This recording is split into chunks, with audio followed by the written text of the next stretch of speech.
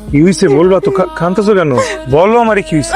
আচ্ছা relax relax. Roni চল আমরা পালাই যাই। পালে যাও করতে কি হয়েছে? এখন আমি এত কিছু খুলে তোমার বলতে পারবো না, শুনুন আমরা পালাই যাই। বুঝায় না বললে আমি কিভাবে বুঝবো? আমারে বুঝায় বলো তুমি। ঋতু, আজকে স্কুলে যাওয়ার দরকার নেই, ভিতরে যাও। যাও ভিতরে যাও। মেয়েকে আজকে স্কুলে যেতে দিলেন না কেন? মানে যেতে পারবে না কেন স্কুলে? ওরা দেখতে বাড়িতে মেহমান আসবে।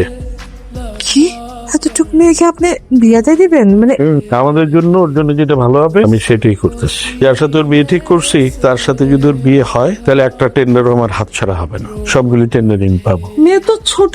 কথা বললো না, যাও। মেহমানরা আসবে, তাদের মেহমানদারি করার প্রস্তুতি না, যাও। এই জন্যই আমি বাড়ি থেকে পালাই আসছি। বাবা জেনে গেছে আমি এই জায়গায় আছি। রনি তুমি আর আমি যদি পালাই না যাই তাহলে বাবা আমাকে এখান থেকে নিয়ে গিয়ে ওই লোকের সাথে বিয়ে দিয়ে দিও। তুমি আমার তোমার বাবার কাছে নিয়ে চলো, আমি ওর সাথে কথা বলতেছি, সব ঠিক হয়েছে, চলো। তুমি বাবাকে চিনো না, বাবা তার ব্যবসার জন্য সবকিছু করতে। তুমি আমার উপর ভরসা রাখো, দেখো আমি সব ঠিক করে দেবো। আমি তোমাকে হারাতে চাই না। চলো আমরা জাস্ট এখন এখান থেকে পালাই যাও, তারপর সবকিছু ঠিকঠাক হয়ে যাওয়ার পরে আমরা চলে আসবো।